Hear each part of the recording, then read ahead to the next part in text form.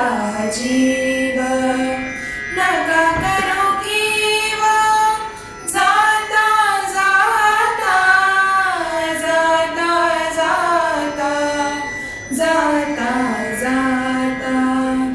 जाता जाता जाता बापू स्मशानात न बरं नव्हे. स्मशान हे स्वर्गात जाण्यासह शेवटचं स्थळ असतं. निरोप आनंदानं द्यायचा असतो. चला, डोळे पुसा आणि जागा बघा. सगळं आपल्या मनासारखं होऊ द्या. मी काय म्हणतो किरवंतांनो, तो दुःखाने पार खचून गेलाय. मी जागा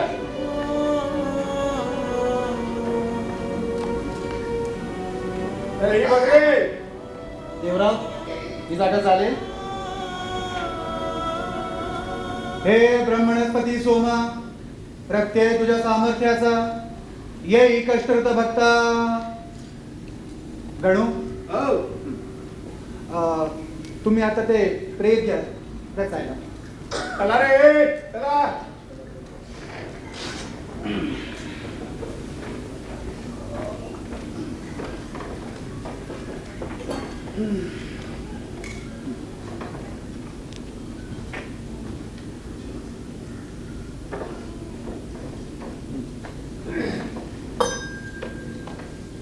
ठीक आहे, याला जांभ्यासारखं घालून घ्या. स्वीकार्य अंत्येष्टिविधी भारद्वाज गोत्रीय बापू थोरात प्रेत प्रेत निवृत्तीसाठी. तात्यांनो, मी जरा आलो बरं का. करे कंटाळास नाही प्रभाग शिंदे. चल ये ये. काय शिंद्यांनो, एकटे एकटेच जागी. हो हो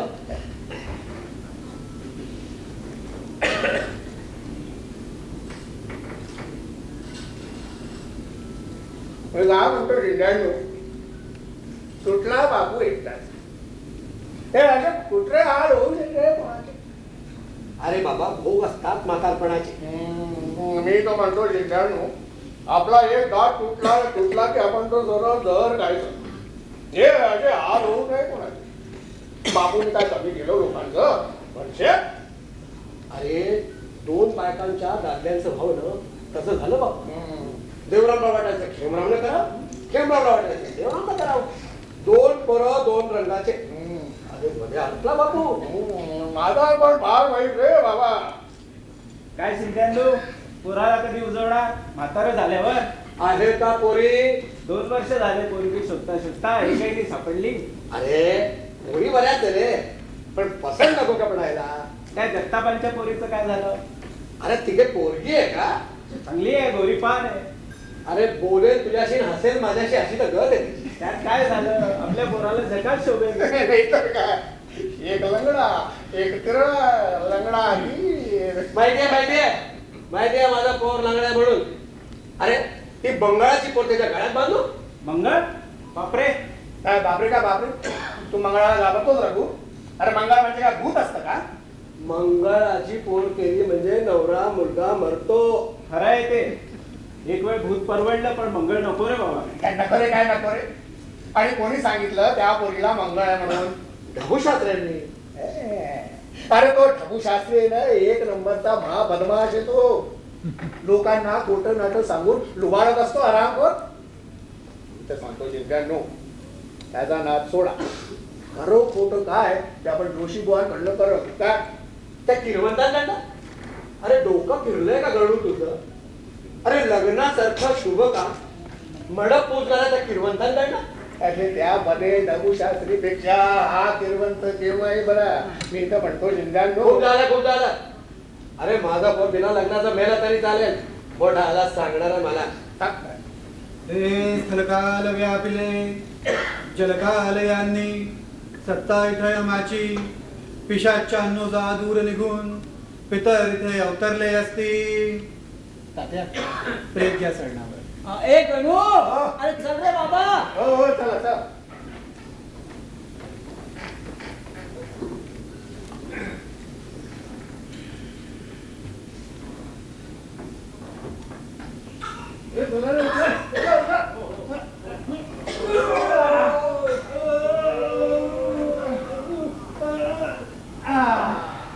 हे प्रेत अग्नीपासून रक्षिण्या पेत्राने टाकतो व्यापून.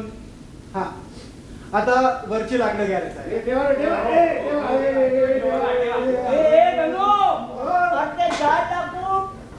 ठेव रे बाबा. कोणतं हे आला? हो हो ते हे इथं असं? हा सर. हे ठेवा रे, ठेवा. हे बघा. प्रेत रक्षक यमराजा निरामय कर प्रेता यमा प्रतपाठी दूत मास भक्षक अग्नी तुला. देवराव आता अग्नी घ्या.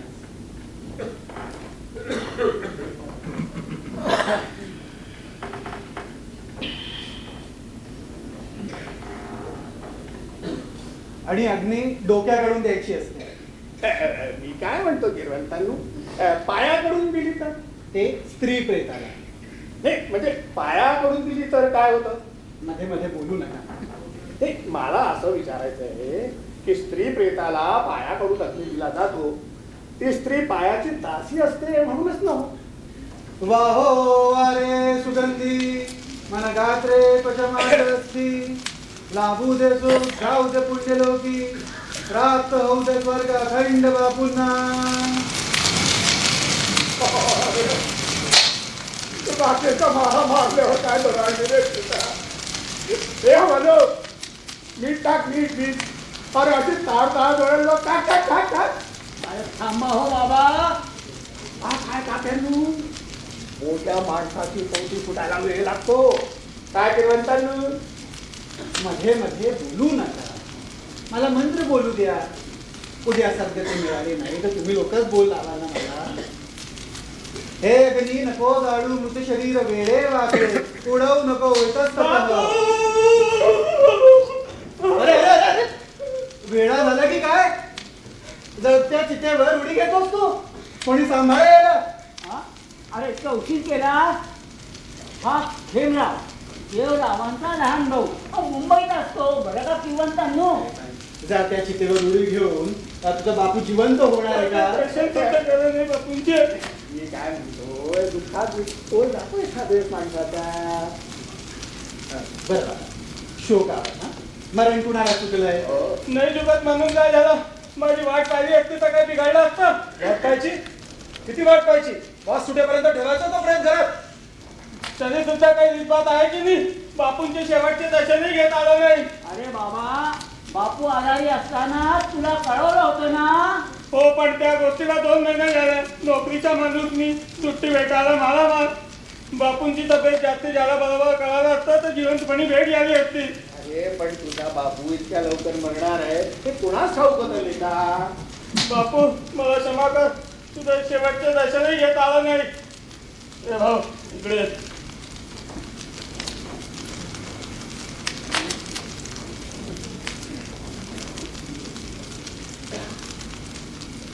बापूंच्या काळे पुढे कळा कसलं कळा? सोन्याच्या काळा. मला नाही माहित. शिकवत का मला तू? तुझ्या काळात हातात का असू नाही? आजारी असताना बापूची सर्वस्व मी केली म्हणून तर कळ त्यांनी मला दिलं. पण माझ्या गावाला आला होता तेव्हा ते काळ मला घे सांगितलं होतं. तू भांडायला आलास? वेद नाही काय करशील? अरे तुम्हाला काय वेळ लागला की काय? जगणारा आयुष्यभर तुमच्यासाठी जळण जगला. अरे आता मरण्यानंतर तरी त्याला शांतपणे जळू द्या. करता भांडायचं नसेल तर घरी जाऊन भांडा. बापू जिवंत असताना काळा जाईल म्हणून यांनी मला अगोदर कळवलं नाही. 10 तोळ्याचे काळ होते. तू कळा देणार की नाही? अरे तुझ्या कड्यापासून जीव चालला की काय? बापू माझा लहानपणाचा मित्र नेहमी सांगायचा, तात्या माझा देवराव आणि खेमराव जणू राम लक्ष्मणाची जोडीच रे. काय जोडी अगदी जगात. बापू बापू तू फार दुर्दैवी आहेस रे. फार दुर्दैवी आहे. तुझे हे मुलं तुझ्या चितेला साक्षी ठेवून भांडतात आहेत. माया जमून गेलात पण ह्या दोघं भावात भांडण लावून गेलात. तू कळा देणार की नाही? नाही नाही नाही. कवडी बुक्की वाटलं. दोन भावाच्या भांडणात कवटी लवकर पडली. चला रे चला चला. हा थांबा. देवराव इथे या आणि हा धडा उचला.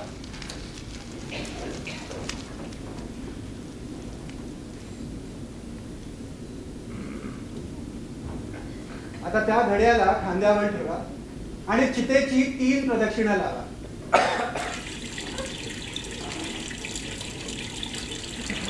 तीन प्रदक्षिणा झाल्यावर त्या घड्याला मागे न पाहता सोडून द्या. हा अश्मा त्याला इथे घेऊन या.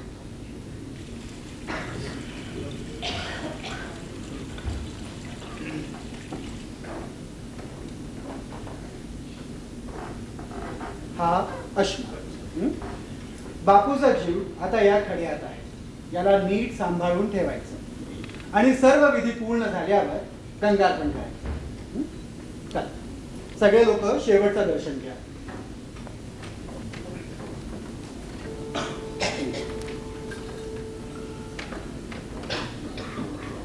वाहो अरे सुगंधी मनगात्रे त्वचमास असती.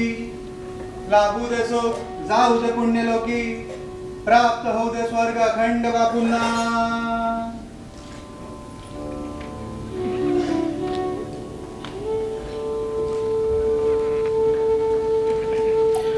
नमस्कार.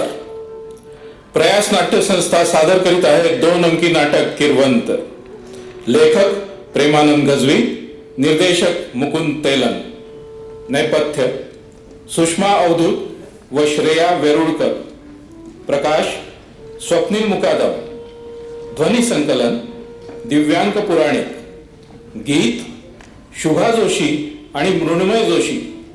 गायन सोनाक्षी पाठक, तोशिका पाठक आणि हर्षिता केशवाने. वेशभूषा वैशाली पिंगळे व कल्पना तेलन. रंगभूषा प्रार्थना अवधूत. रंगमंच व्यवस्था सोनाक्षी पाठक, विजित शर्मा, नील चेतना, अंबर दुबे, सौरभ हार्डिया, सौरभ यादव व राम गोडगावकर. तर सादर आहे नाटक किरवंत.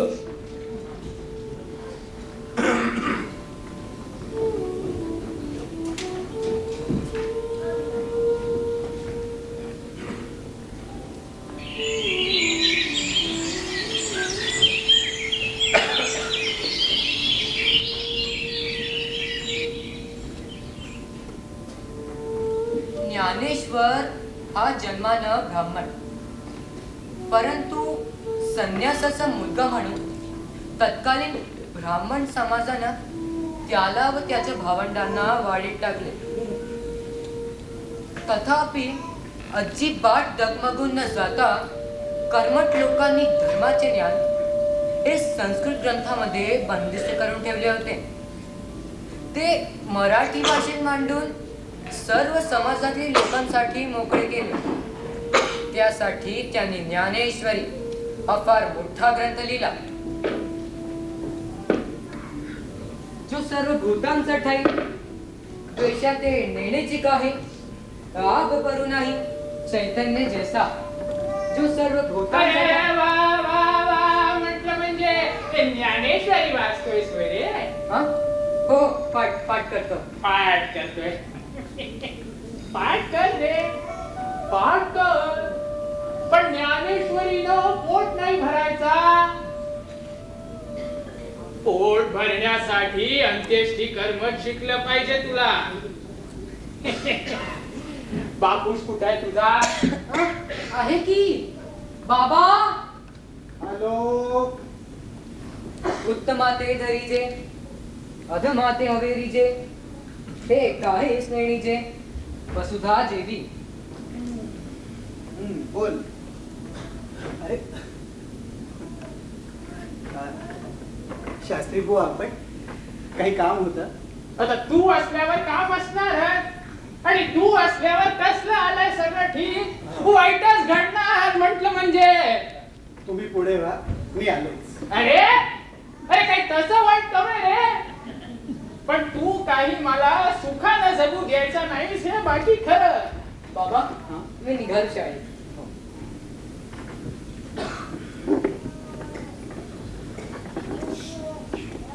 कुठल्या वर्गात शिकतोय रे तुझा मधू? चौथीत आहे. चौथी? मग पुढे इंग्रजी शाळेत वगैरे शिकवणार असतील ना? नाही म्हणजे शिकवत तू शिकला नाही.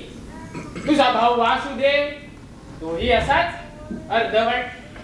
सर्व हिंदू एकशा उचापाती करतोय. कुठल्या तरी संघटनेत शाखा चालवतो म्हणे. अरे ब्राह्मणांची असणारे ही संघटना नाही म्हणजे मी तर ऐकलंय की कुणालाही शाखेत घेतात म्हणून. धर्मपाळ रसा तळाला घालवायला निघाले झालं. आता ब्राह्मणांनी धर्म सोडलाय म्हटल्यावर जाऊ दे. मला काय, मी आपला साधा पोथ्या चिवडणारा भिक्षुकी करून जगणारा भटजी.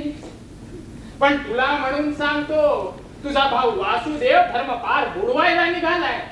अरे मर्तिकाचं काम सोडून लाठी काठी शिकून शाखेत जाऊन काय ब्राह्मणाचं भलं होणार? तू विचार कर. उद्या तू अंत्येष्टी कर्म सोडून पूजा सांगू लागलास, भविष्य सांगू लागलास तर तुझा धर्म बुडला की राहिला? अरे अंत्येष्टी कर्मात चांगलं उत्पन्न मिळतं म्हणून काय लालसे ना आता मी अंत्येष्टी कर्म करायचं? शिव शिव शिव परधर्म भयावह. म्हणजे हे सगळं तुम्ही मला कशाला सांगताय? पाणी पायातल्या घड्यावर पाणी म्हटलं म्हणजे त्या रघु जगतापाच्या पोरीची पत्रिका मी पाहिली. तिला मंगळ आहे तो निवारण्याचा मार्ग सांगितला तर तू अडवायला. पण त्या पोरीला मंगळच नाहीये. हेच ते एक ब्राह्मण दुसऱ्या ब्राह्मणाच्या पोटावर पाय देतो तो असा. अरे बाबा तुझं कर्म अंत्येष्टीच. ते सोडून लग्नासारख्या शुभ गोष्टी तो. कोणी विचारायला आलं तर नाही कसं म्हणायचं आपण? अरे तो एक वेडा. पण तू तर शहाणा ब्राह्मण ना. अरे अंत्येष्टी आपल्या धर्मशास्त्रात सर्वश्रेष्ठ पुण्य मानलं गेलंय. पण म्हणून काय आता मी अंत्येष्टी कर्म करायचं? उद्या मी हे कर्म करू लागलो तर ढबू शास्त्री धर्म बुडवायला निघाला म्हणशील की नाही? अरे आपल्या संचितेनुसार नाही वागलं ना तर पुढच्या जन्मी नरकच येतो नशिबी. ढबू शास्त्री कुठल्या नरकाबद्दल बोलताय? वरच्या की खालच्या? अरे लोकांना खोटं नाटं सांगून नरकात ढकलणारे इथे काय कमी आहे? त्यांच्यामुळे इथे नरकाच वास करतोय. हे फार बोलला वासुदेवा. अहो मी तुमच्याबद्दल नव्हतो बोलत. मग कुणाबद्दल बोलत होता? अरे मी आहे म्हणून लोकांना शुभ शकून कळतं तरी. हो तर बस काय म्हणतो तुमचा ब्राह्मण धर्म? हेच ते यालाच म्हणतात जखमेवर नीट चोळणं. अरे बाबा आमचा धर्म तेवढा ब्राह्मणांचा आणि तुमचा तुम्ही नवे ब्राह्मण. पण ब्राह्मणने बुडवायला निघाला तुम्ही. बुडती हे जन देखवे ना डोळा. पण करणार काय? आम्हाला शाखेवर यायला बंदी. अहो काय वेड्यागत बोलताय? अरे तुम्ही तर ब्राह्मण आणि शाखेवर सर्व जातींची लोक येतात. अरे म्हणूनच तर येत नाही ना आम्ही. आम्हाला आमचा धर्म बुडवायचा नाही म्हटलं म्हणजे. अच्छा म्हणून तुम्ही ते गोरक्षा सेवा संघ चालवता? कोण मी? छे त्याचा माझा काही एक संबंध नाही. अरे अर्धवर्यू तर दिगंबर पंत आणि वेदांत शास्त्री. तुम्ही पण त्यांची सोबत करता. हे बघ वासुदेव त्यांचं मला पटतं. तुमचं पटलं तर तुमच्यात येईल. पण ब्राह्मण्य कशात आहे हेच तुम्हाला कळत नाही. कशात आहे? अरे नाही सांगा ना मला कशात आहे? जात्यात, शेंडीत किंवा पगडी? हे आधी घर सुधार. तुझ्या भावाची शेंडी काढ. धर्म सोडून मला नरकात जायचं नाहीये ढबू शास्त्री. ऐकलंस का? अरे बाबा तू डोक्यावरचे केस राखले पण जानवे ते फेकलेस का? बोल ना. एकदा फेकून पाहिले तर मीच वेडा ठरलो. असंच असतं. धरलं तर चावतं आणि सोडलं तर पडतं. म्हणून आम्ही आमची परंपरा प्रथम जपतो. अरे तरी काळ बदलतोय, म्हणूनच तर घट्ट धरून ठेवावा लागतो. तरी पण पेशवाई बुडालीच ना. वासुदेवा, अरे तेच तर आमचं उद्याचं स्वप्न आहे. बापरे, म्हणजे पुन्हा बायकांना चितेवर जिवंत जळावं लागणार. अरे स्त्रीनं पतीसाठी केलेला त्याग असतो तो. अजूनही स्त्रिया सतीची पूजा बांधतात, यात्रा सुद्धा भरतात. म्हटलं म्हणजे ब्राह्मण धर्म काही म्हणायचं नाही. तुम्ही तशी हार मानणारे नाही ना. प्रश्न हारिजितीचा नाही, प्रश्न स्वत्व जपण्याचा आहे. पण नेमका त्यालाच तुमचा विरोध. त्या केशव अभ्यंकराचं डोकं फिरलंय. संघात 18 पगड जाती गोळा करतोय, पण ब्राह्मण्य मरायचा नाही म्हटलं म्हणजे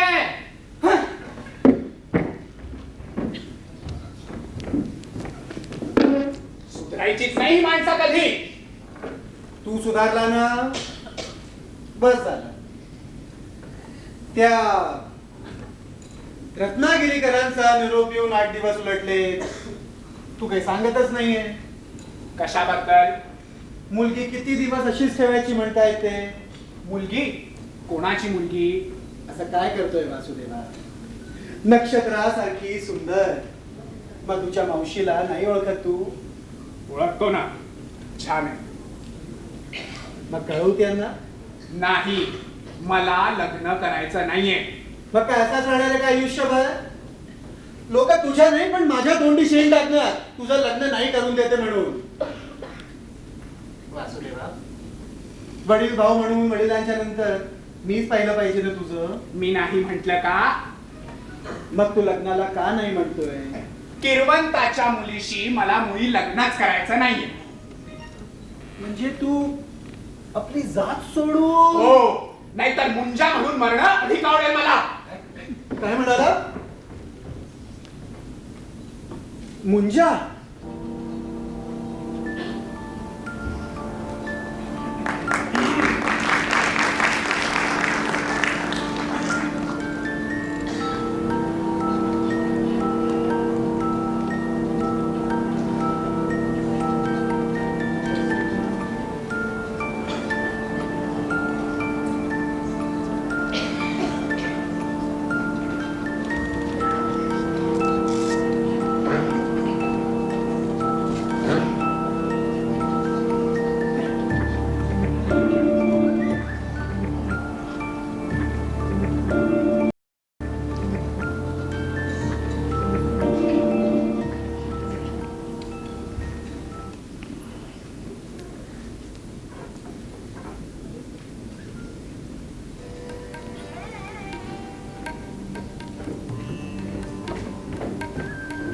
महिने मी निघालो शाखेला.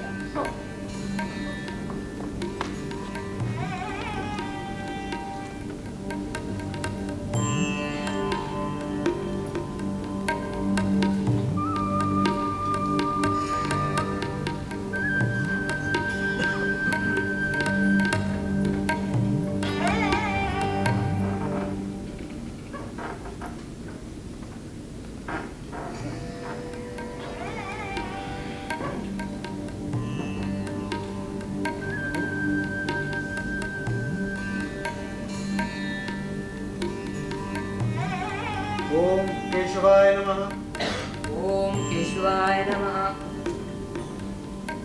ओम नारायणाय नमः. ओम नारायणाय नमः. ओम माधवाय नमः. ओम माधवाय नमः. ओम गोविंदाय नमः. ओम गोविंदाय नमः. ओम विष्णुवे नमः. ओम विष्णवे नमः. ओम मधुसूदनाय नमः. ओम भाऊ, मला तुझ्याशी बोलायचंय. ओम त्रिविक्रमाय नमः. बाबा, काका आले. संध्येला बसलेलं असताना बोलू नये. हं? ओम वामनाय नमः. मला तुझ्याशी बोलायचंय आत्ता, या क्षणी. ऐकू येतंय का काय म्हणतोय मी? भाऊजी तुम्ही? हो, मीच. अहो पण असं एकदम ओरडायला काय झालंय तुम्हाला? आता शाखेवर गेला होतात ना तुम्ही? अरे रस्त्यातूनच परत आलो. म्हणजे बहिणी, तुला काहीच ठाऊक नाहीये? काय ते? मधो, आज जा बघू. माझी संध्या. मला तुझ्या बाबांशी बोलायचंय. अहो पण इतकं तातडीचं काय म्हणते मी? आणि मधुला आत घेऊन जा. मधू चल. ओम अच्युताय नमः, ओम वामनाय नमः. बंद कर तुझी बडबड. माझी संध्या संपल्यावर ये. संध्या, वेळ जात नाही म्हणून संध्येचं सोंग घेऊन बसलास. वासुदेवा, अरे ब्राह्मण धर्माला शोभेशी संध्या करतो असं तुला वाटतं, पण लोक तुला ओळखतात स्मशान कर्मे करणारा किरवंत म्हणून. जातीनं ब्राह्मण पण कर्मानं अधम किरवंत. अरे कुठल्याही शुभ कार्यात शूद्राचं आगमन जसं वर्ज तसं तुझंही. अरे ब्राह्मण धर्मात काय स्थान आहे तुला? काल झालेल्या सत्यनारायणाच्या पूजेचा प्रसाद विसरलास? त्या दिगंबर शास्त्र्यानं चालता हो म्हणताच तोंडातून ब्रही न उच्चारता मुकाट चालू लागलास. दिगंबर शास्त्री, मला समजत नाहीये तू काय बरळतोय ते. वा, म्हणजे मीच बरळतोय? म्हणजे तू काल पूजेला गेला नव्हतास? नाही. आणि तरीही स्मशान कर्मे करणाऱ्या सिद्धेश्वर जोशानं चालतं व्हावं असं दिगंबर शास्त्र्यानं बजावलं. कोणी सांगितलं तुला हे सगळं? रस्त्यावरच्या भाऱ्यांनी. अरे सगळ्या अळीच झालंय हे. तुझा इतका अपमान होत असताना तू गप्प का राहिलास? म्हणजे मी काय भांडायला हवं होतं का त्यांच्याशी? अर्थात तू तिथल्या तिथे आपल्या अपमानाचा जाब विचारायला हवा होता. तेवढा बळ माझ्या अंगी नाही. अरे प्रश्न बळाचा नाही, जाणीवेचा आहे. आणि तुला तर कसलीच जाणीव नाहीये.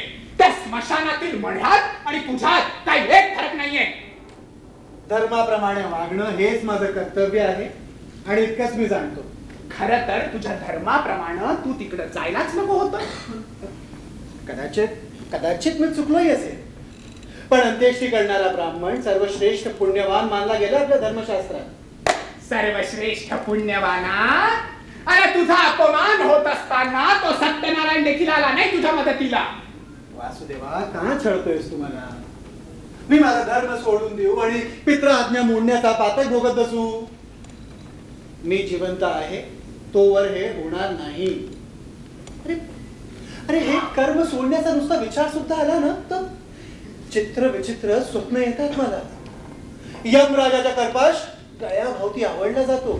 उकळल्या तेलाच्या कढईत मला ढकललं जातं. अरे धर्माच्या विचित्र विळख्यात गुदमरलेला शूद्र कीटक आहेस तू. भाऊजी, मगापासून ऐकते मी. स्मशानातलं मढ काय म्हणताय, शूद्र कीटक काय बोलताय, काय बोलताय याचं भान तरी ठेवायचं. निदान वयाचा तरी विचार. मोठ्या भावाशी असंच बोलतात वाटतं. तुला नाही कळायचं वहिनी. मला कसं कळणार? मला कुठे आहेत का? मला कुठे आहे अक्कल? तुमच्या शाखेवर बौद्धिक शिकायला थोडीच येते ना मी. बहिणी, ती पूजा ब्राह्मण सभेची सार्वजनिक होती, तरी याला त्या पूजेतून हकलून दिलं. याचा हा अपमान मी विसरू शकत नाही. त्यांच्या पापाची शिक्षा देव करेल त्यांना. वहिनी, ऐकतेस ना? देव शिक्षा करेल म्हणे. अरे देव सबलांचा असतो आणि तो आपल्या मनगटात असतो. वासुदेवा, मला वाद नकोय. तू आत्ताच्या आत्ता माझ्यासोबत चाल. कुठं? त्या पूजेत झालेल्या अपमानाचा जाब विचारायला. अरे ज्या सत्यनारायणाच्या पूजेतून तुला हकलून दिलं त्याच सत्यनारायणाची पूजा आता तुझ्या हातून व्हायला हवी. वासुदेवा, झालं तेवढं पुरे. आपणच आपल्या हातानं संकट ओढून घ्यायचं. तू येणार की नाही? नाही. अहो पण मी म्हणते. तू काही बोलू नको. मला याच्यासारखं वागता येणार नाही. ठीक आहे, मग तुझा हा अपमान मी विसरू शकत नाही. वासुदेव, थांब. गिराईक आलं. जा सिद्धेश्वर जोशी, जा जा स्मशानात आणि करा तुमचं मरण जप. वाहो वारे सुगंधी मन गात्रे त्वचा मास स्थित. कधीतरी शुभ बोलशील. अरे. काय वाटेल त्यांना? शुभ बोलायला तसं घडायला हवं. आणि हो, लोक जर मेलेच नाही तर तुझं पोट कसं रे भरणार, तुझा चरितार्थ कसा चालणार? फारच तुझी चिंता तुझ्या देवाला, तुझ्या पोटाची. त्यांना मारायचं आणि तू लोकांना मुक्ती द्यायची. सिद्धेश्वर जोशी किरवंत म्हणजे मुक्तिदाता.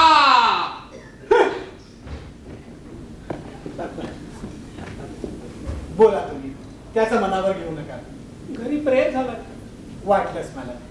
आपल्याला बघितलं त्या क्षणीच मला वाटलं की आपल्याकडे काहीतरी अशुभ घडलंय. देवाची कृपा, तो कृपावंत आहे. देवाला चांगली माणसं आवडतात म्हणून तो घेऊन जातो. सगळ्यांना निरोप धाडले. हो, मृतदेहाच्या आजूबाजूला बरं का दयाला रडून शोक वातावरण करायचं नाही, मंगळ वातावरण ठेवायचं.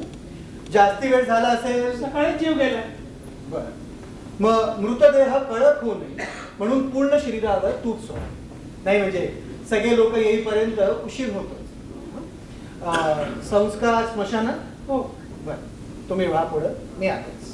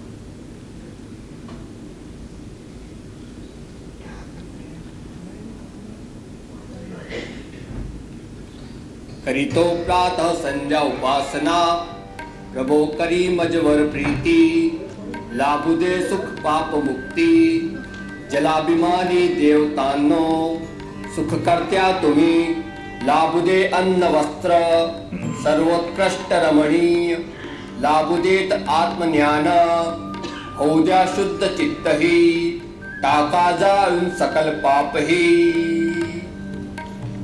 हे पृथ्वी देवते, तू धारण केले जना, तुझ धारण करी विष्णू, कसे तू कर मला धारण, होऊ दे पवित्र हे आसन. विरूप नेत्री लंबकेश संभार, तू करीशी भक्षण मांस आणि रक्त. अपराजिते चामुंडा देवी, तू रहा माझ्या शेंडीच्या गाठेवरी. आहो आहो दिगंबर पंत बेंडे शास्त्री, अहो ती चामुंडा देवी म्हणजे खरंच अपराजित हो. पण आता तुम्ही तुमच्या शेंडीची गाठ सांभाळा. नाही म्हणजे काय, ती चामुंडा देवी तुमच्या शेंडीच्या गाठीवर फार गाठ राहील अशी वाटत नाही म्हटलं म्हणजे.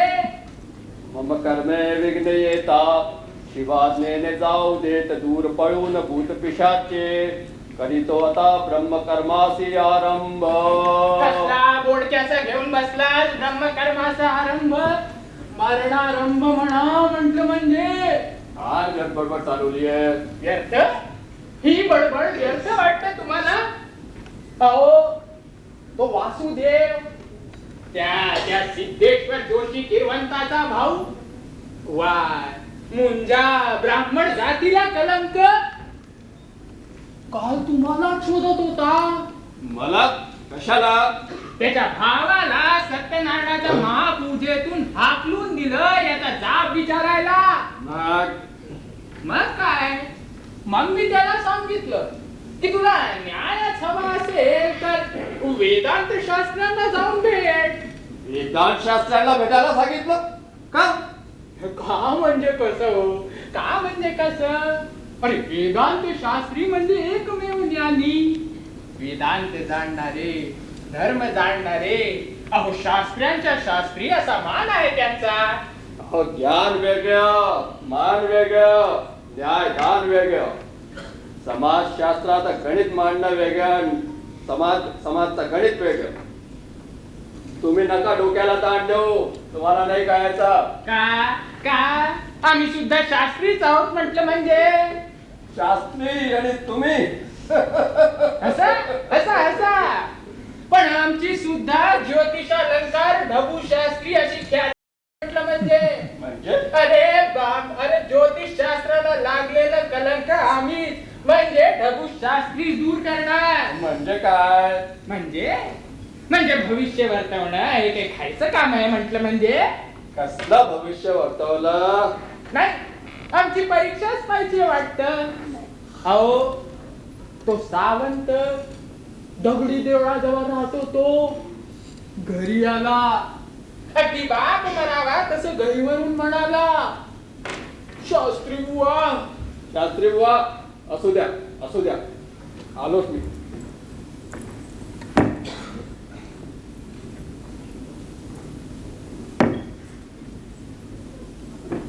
ही पत्रिका आहे, ज्योतिष शास्त्राला आव्हान आहे. ही पत्रिका कोणाची ते शोधून काढा.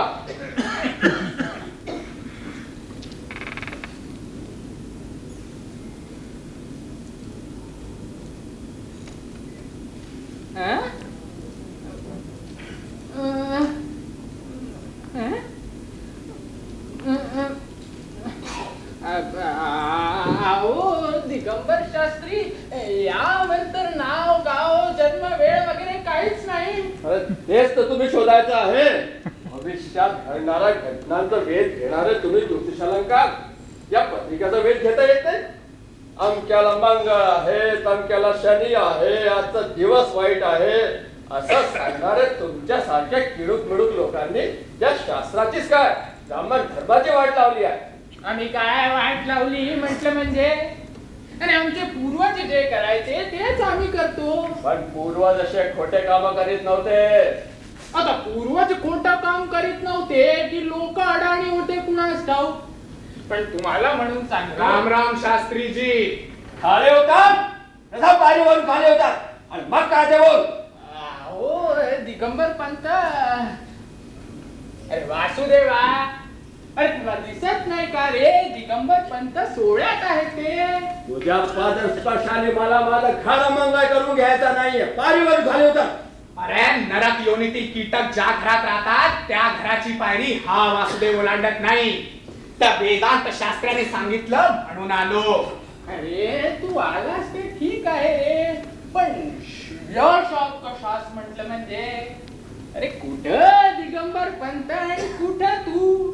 ज्याची जशी लायकी तशीच वागायची पद्धत आहे वासुदेवाची. तू या क्षणी तुम्ही कोण जावास हेच मला. मी जायला आलेलो नाहीये. मी आलोय माझ्या भावाच्या त्या सत्यनारायणाच्या पूजेत केलेल्या अपमानाचा जाब विचारायला. मी तुला ओळखत नाही. अपमान सिद्धेश्वराचा झाला असं त्याला वाटत असेल तर त्याने स्वतः यावं. खरं म्हणजे याची गरजच नाही. कोणताही सुबुद्ध माणूस किरवंताच्या गळ्यात गळा घालून बसणार नाही. तोंड सांभाळून बोल. किरवंताला किरवंत म्हटलं याच्यात काय चुकलं. पुन्हा बोललास तर काय करणार तू माझा दिगंबर शास्त्री.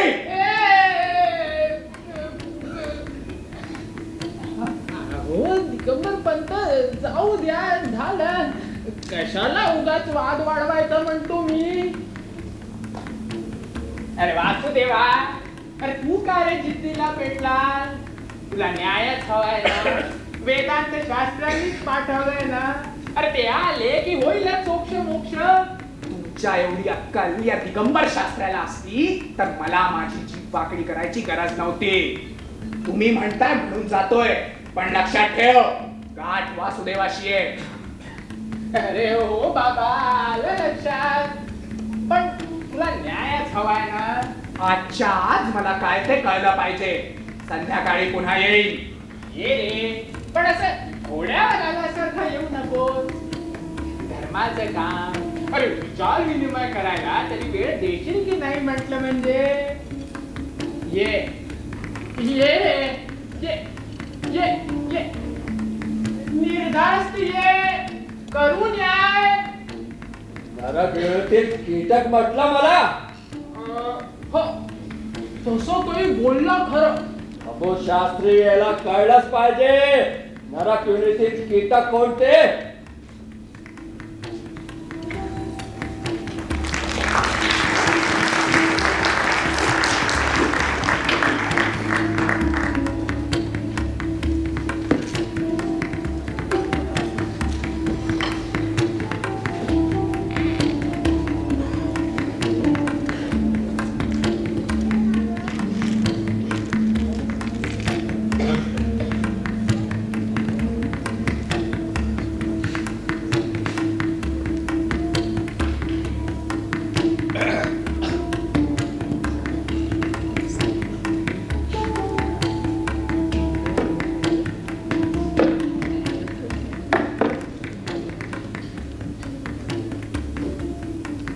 सिद्धेश्वरा अरे सिद्धेश्वरा तुम्ही व्हा पुढं, मी आलो. कशाला माझं बडं पोचवायला. अरे शांत मला वेळ आहे अजून म्हटलं म्हणजे.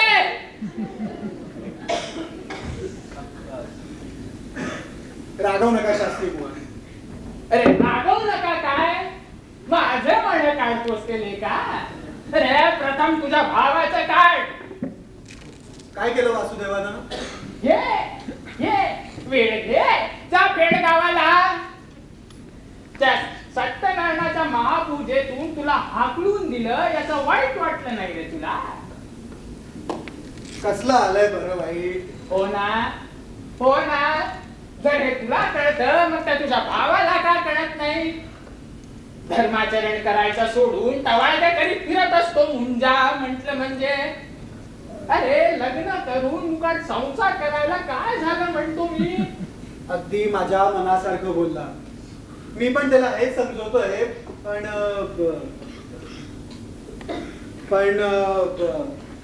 नाही का थांबला. पण मुलगीच मिळत नाहीये. का तुला नाही मिळाली. माझी गोष्ट वेगळी. त्याला किरवंताची मुलगी नको. अरे मग काय ब्रह्मदेवाची हवी आहे. आणि चांडाळा लाज नाही वाटत वर तोंड करून सांगतोय. दोघही भाव ब्राह्मण जातीला कलंकार झालं. हे बघ तुझ्या भावाला समजव. अरे शिव्या देत फिरत असतो. तुम्हाला शिव्या दिल्या. हट अरे मला कशाला. त्या दिगंबर शास्त्र्यांना नको नको ते बोलला. काय म्हणाला. नरक योनीतील कीटक म्हणाला. काय. अरे वासुदेवा आपण परमेश्वरा. शास्त्री खूप बरं झालं की तुम्ही मला हे सांगितलं. मी आपला ऋणी आहे. बसा चहा घ्या. चहा घेऊ की.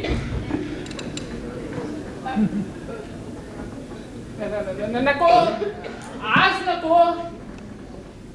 का. आज संकष्टी. आज नाही संकष्टी उद्या. असं कसा आजच. अरे उपास आहे माझा. आलं लक्षात. किरवंताच्या घराचा चहा नाही चालायचा तुम्हाला. नाही रे तसं नाही काही. अरे तू जिवंत असलास तरी माणूसच की. माझा संकष्टी नसती ना तर जेवढो सुद्धा असतो मी. अरे अंत्येष्टी कर्म करणारा असलास तरी माणूसच की. हे बघ चहा घेईन मी कधीतरी पण प्रथम तू तुझ्या भावाला समजव. दिगंबर शास्त्रांना शिव्या म्हटलं म्हणजे काय येत आहे ना लक्षात. बरं येतो मी.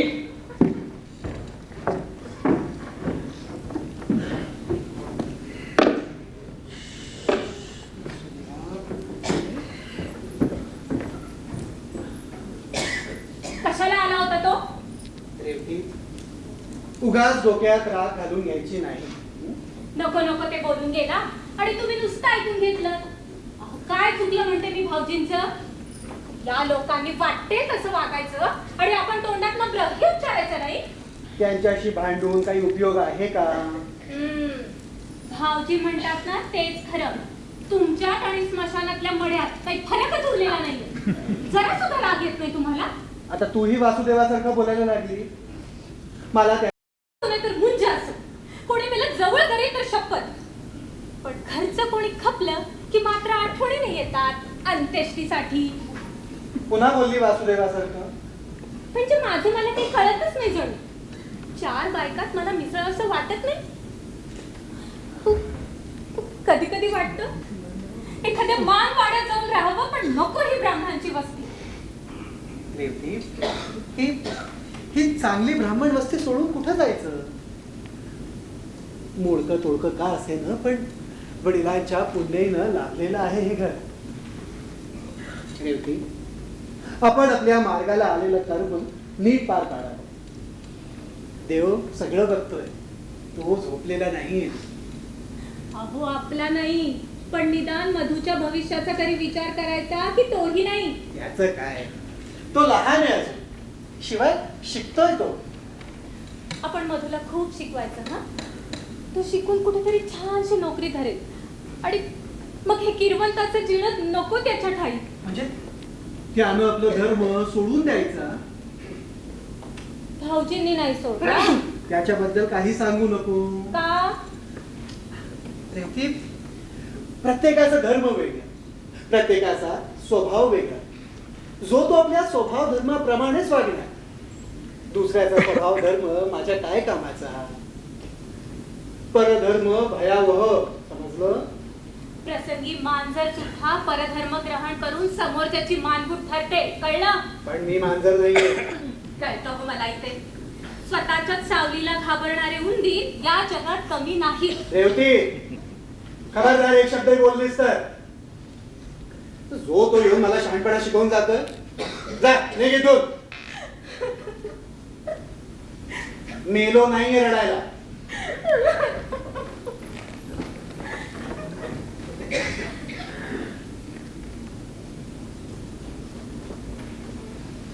अहो किरवंतांनो, अहो किरवंतांनो. काय? काही नाही, तसं काही. तुम्ही व्हा पुढं, मी आलोच. तसं काही नाही हो, तसं काही नाही. तसं काही नाही, आम्ही तर आता सहज आलो होतो. सहज? थोडं बोलायचं होतं तुमच्याशी. बोला. तुम्ही बापूचं सगळं काही मरणाचं केलं. आम्ही आपले अडारी हो, पण बापूच्या पिंडाला कावळा शिरला नाही. हे फार वाईट झालं बघा. होतं तसं कधी कधी. तुम्ही लोक पिंडदानाच्या वेळी होताच तिथं. हो. सोन्याच्या कळ्यासाठी भांडणार नाही असं देवराव खेमराव दोघं म्हणाले ना. शेतीचं वाटप नीट करू असंही म्हणाले. सगळ्या नातेवाईकांशी नीट वाग, सगळ्या आशा आकांक्षा पूर्ण करू असंही म्हणाले. आणि तरीही कावळा पिंडाला शिवला नाही, यात मी काय करू शकतो? म्हणून नाईलाजानं दरवाजा करून लावला. नाही, पण तो कावळा का शिवला नसावा? आता हे मी कसं सांगू शकतो? मला एक शंका आहे. कदाचित म्हणूनच कावळा शिवला नसेल. बापू मरण्यापूर्वी, नाही म्हणजे आजारी होण्यापूर्वी एकदा मला म्हणाला होता, तात्या कोंबडी आणि दारू. पण त्यानंतर त्याची ही अच्छा अजूनच राहिली. पण हे तुम्ही मला पिंडदानाच्या वेळी सांगायला पाहिजे होतं. तेव्हा मला आठवलं नाही ना. त्याचा काल मी विचार करत होतो की बापूच्या पिंडाला कावळा का शिवला नाही, बापूच्या पिंडाला कावळा का शिवला नाही, तेव्हा आठवलं हो. पण आता आपण काहीच नाही करू शकत. मी काय म्हणतो किरवंतानो, तुम्ही जो पिंड केला होता, 5 पिंड केले होते, त्यांचा आकार स्तनाकार केला होता. बरोबर. आता स्तन म्हटलं म्हणजे दूध हे आलंच. बापू एकदा आमच्याकडे आला होता. माझ्या बायकोनी चहा केला तर म्हणाला दुधाचा आहे, मला उलटी होईल. हा असतो एकेकाचा स्वभाव. बापूला दुधाचं पथ्यच होतं. म्हणून मला असं वाटतं की कावळा शिवला नसावा. तुमच्या शंका कुशंका सगळं ठीक, पण मीही जे शास्त्रात लिहिलं होतं तेच केलंय. नाही, पण तसं नसतं केलं तर. म्हणजे काय शास्त्र सोडून करायला हवं होतं का? नाही, तसं नाही, पण एखाद वेळेस अडचणच आली तर. आता त्याच्यात माझा भाऊ काय करणार? मग कोण करणार? हे त्या प्रभू रामचंद्रांना जाऊन विचारा. अरे त्या पिंडाचा आणि प्रभू रामचंद्राचा काय संबंध? सांगू का रे सिद्धेश्वरा? ते ढबूशास्त्री येऊन गेले. तो हरामखोर इथे येऊन गेला. एक जात बनेल भडवे, न्यायच पाहिजे ना, करू न्याय. आता तोंड दाखवत नाहीये. एकेकाला अक्कल नाही घडवली ना तर नावाचा वासुदेव नाही मी. तुझ्या वागण्याचा आम्हाला त्रास नको हेच सांगायचंय. कोण काय त्रास देतोय ते मी बघतो. वासुदेवा, आम्ही आमचं बघून घेऊ. त्या ढबुनी कान भरलेले दिसतात ते. तुम्हाला राग येत नसला तर मी मध्ये बोलू का? अरे तो ढबूशास्त्री आहे ना, एक नंबरचा महाबदमाश येतो. कुणाचं भलं झालेलं त्याला खपत नाही. आता त्या जगतापाच्या पोरीला मंगळ नसतानाही. अरे तरी तुम्ही लोक त्याच्याच मागे ना. कुठे जाणार आम्ही? हे बघा, जात पात देवधर्म कुणाला चुकला आहे का? हे असं चालत राहणार. अरे कोळसा कितीही उगाळला तरी तो काळाचा काळात. चला तर चल. थांब रे बाबा. अरे आपण ज्या गोष्टी करता आलो होतो ती गोष्ट तर अजूनच राहिली ना. काय रे वासुदेवा, तू त्या श्रीरामाबद्दल काय बोलत होता? काही नाही होता त्या. नाही काय सांगायचं नसेल तर तसा बोला. अरे अरे तुम्ही तर रागावून गेला. अच्छा गणू काका मला सांगा, नाशिकला गेला होता कधी? हो तर कुंभच्या मेळ्यात गेलो होतो. मग गोदावरी नदी माहित असेलच. ते काय विचारणं झालं? अरे गोदावरी म्हणजे स्वर्ग भूवरी. त्याच गोदावरीचं शांत नितळ झुळझुळ वाहणार थंडगार पाणी. त्या पाण्यात येथेच स्नान करून एक गौर काय वर्णाची सुंदर रमणी त्या वाटेनं जात आहे. अरे रमणीतेलाही मोह पळावा अशी ती सुंदर रमणी पाहून आकाशमार्गी जाणाऱ्या एका गंधर्वाच्या तोंडात पाणी चुकलं. इतकी सुंदर स्त्री. अरे ही तर आपल्या शयनगृहात असायला हवी. आता मनात आणलेला विचार अंमलात आणला नाही तर तो गंधर्व कसला? त्याने क्षणात एका कावळ्याचं रूप धारण केलं आणि उडत उडत तो त्या रमणीजवळ गेला आणि वल्कल्ल धारण केलेल्या त्या रमणीच्या वक्षस्थळावर पटकन चोच मारली. झालं, ती रमणी गोंधळून गेली. अकल्पित घडलं होतं. काय करावं हे तिला समजेना. मी तो कावळा उर्फ गंधर्व तिला पुढे जाऊ देईना. शेवटी त्या रमणीनं प्रभू रामचंद्रांचा धावा केला. त्या क्षणी आपल्या पूजेत मग्न असलेल्या प्रभू रामचंद्रांना जाणवलं की कुणीतरी आपला धावा करतो आहे. प्रभू रामचंद्र रागाने लालेलाल झाले. त्या रमणीची वाट अडवणाऱ्या त्या कावळ्याला ठार करावं तर पूजा करतेवेळी प्राणी हत्येचं पातक लागणार. सोडून द्यावं तर कर्तव्यात कसूर होणार. काय करावं? शेवटी निर्णय घेतला. तो पूजा साहित्यात असलेला दर्भ अभिमंत्रून त्या कावळ्यावर सोडला आणि त्याचा एक डोळा फोडला. डोळा फुटल्यामुळं सुदर्शन गंधर्व मरणांतिक विवळला. अरे आपलं असं काय चुकलं या जाणीवेने तो भानावर आला. सत्य मात्र भयंकर होतं. ज्या रमणीचा मोह सुदर्शन गंधर्वाला झाला होता ती रमणी होती प्रत्यक्ष सीता, रामपत्नी. गंधर्व मनस्वी खजील झाला. रामाची क्षमा याचना करू लागला. तेव्हा प्रभू राम त्याला म्हणाले, सुदर्शन गंधर्वा, या पुढं तुला कावळा म्हणूनच जगावं लागणार. उकिरड्यावरचा कुचक घाणेरड भक्षण करावं लागणार. लोक तुला हिडीस फिडीस करतील. तुला बघताच हाकलून देतील. पुढं जगावं लागणाऱ्या या लाजीरवाण्या जिनानं सुदर्शन गंधर्व भाय मोकळून रडला. तेव्हा रामानं त्याचं सांत्वन केलं. म्हणाले, घाबरू नकोस. लोक तुझा नेहमीच द्वेष करतील पण मेल्यावर तुला बोलवतील, तुझी पूजा करतील, पिंडाला शिवायला तुला गळ घालतील. अरे तू पिंडाला शिवल्याशिवाय मानवाला मुक्ती मिळणार नाही. अशी गोष्ट आहे. तरी तात्या मला वाटत की पिंडाला शिवायला कावळाच का लागतो म्हणून. पण का हो तो पिंड स्तनाकार का करतात? सुदर्शन गंधर्वानी चोच मारली ती सीतेच्या वक्षस्थळावर, म्हणून पिंड स्तनाकार करतात. आणि हो, सीता गौरवर्णी होती म्हणून तो भाताचा करतात. भाताचा आणि यांनी तर कणकेचा केला होता. अरे मरणारा ब्राह्मण असेल तर भाताचा, नाहीतर कणकेचा. अशी गो आहे तर. पण मग त्याच्यावर दही का टाकतात? बायका तोंडाला पावडर का लावतात? चांगलं दिसावं म्हणून. अगदी तसंच आहे ते. दही टाकल्यामुळे तो पिंड आकर्षक, दुधानं ओथंबल्यासारखा दिसतो आणि कावळा पटकन शिवतो. मग तर बापूच्या पिंडाला कावळा शिवणं शक्यच नाही, कारण तो पिंड दुधाने ओथंबल्यासारखा दिसतो आणि बापूला तर दुधाचं पथ्यच होतं. कावळा कसा शिवणार? अरे पण दर्भाचा शिवला ना. अरे बाबा तसं तर सर्व ठीक आहे, पण तू कावळा शिवला असता तर माझा मित्र या जन्म मरण्याच्या फेऱ्यातून सुटला असता ना. आता माझं थोडंसं ऐकता का तुम्ही दोघं? तुमचा बापू गेला तसे तुम्ही जा. अरे जगात काय माणसं मरत नाही. कुठला आलाय मोक्ष विक्ष? कोण करतात तुमचं पिंड बिंड? मुसलमान करतात, ख्रिश्चन करतात. अरे कष्ट न करता जगता यावं म्हणून भटांनी उभी केलेली स्तोमं आहेत सगळी.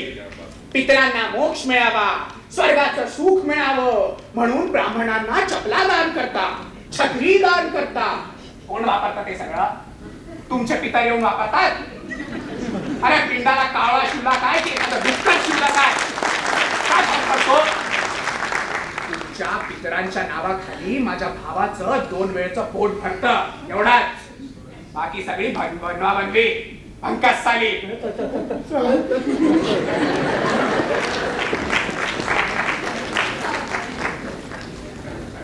वासुदेवा, हे सगळं बोलायलाच पाहिजे होतं का?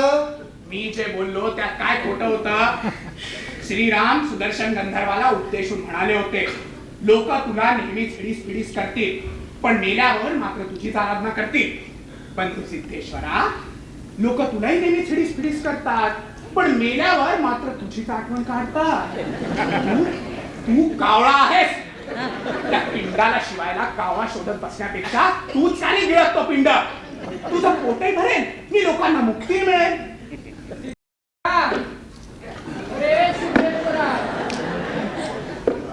त्या वेदांत शास्त्राची आई वारली. तुम्ही पुढे वा, मी आलो. सिद्धेश्वर जोशी येणार नाही. जाऊन सांग त्या वेदांत शास्त्राला. सत्यनारायणाच्या पूजेतून हकलून देताना नाही आठवला सिद्धेश्वर. आता जोवर त्याच्या अपमानाची किंमत तुम्हाला नाही, तोवर सिद्धेश्वर येणार नाही. शास्त्री थांबा थांबा. तू जाऊ शकणार नाहीस, जाऊ शकत नाहीस. मला माझं कर्तव्य करू दे. म्हणलो तर 5 जोलीत खिटपत पडायचं नाहीये मला. अरे माणसाचा कावेबाजपणा ओळखून तो कावळा देखील पिंडाला शिवायला नकारतो, आणि तू माणूस असू नये. अरे तुझ्यापेक्षा तो कावळा बरा. आईनं तुझ्यासारख्या बुड्याला जन्म दिल्यापेक्षा एखाद्या कावळ्याला दिला असता तर त्या कावळ्यालाही भाऊ म्हणून हात मारताना मला अभिमान वाटला असता. वासुदेवा विचार. मार ना, मार. हात का थांबला तुझा? मार. मोठ्या भावाचा धर्म पूर्ण कर. भाऊजी तुम्ही तरी का असं विचित्र वागता? कारण मी नीच आहे, दुष्ट आहे. याचं हित मला समजत नाही. त्याचा अपमान झाला की मला समाधान मिळतं. ठीक आहे, माझ्यामुळे तुला त्रास होतोय ना. आता यापुढे तू आणि तुझा धर्म, माझा तुला त्रास होणार नाही. अहो अडवा त्यांना. जा त्याला म्हण काळ्या करीत 2. अरे पुन्हा पाय टाकणार नाही या घरात. भाऊजी भाऊजी अहो अडवा त्यांना. जेवले सुद्धा नाही ते. भाऊ आहात की वैरी? कावळा आहे मी. कावळा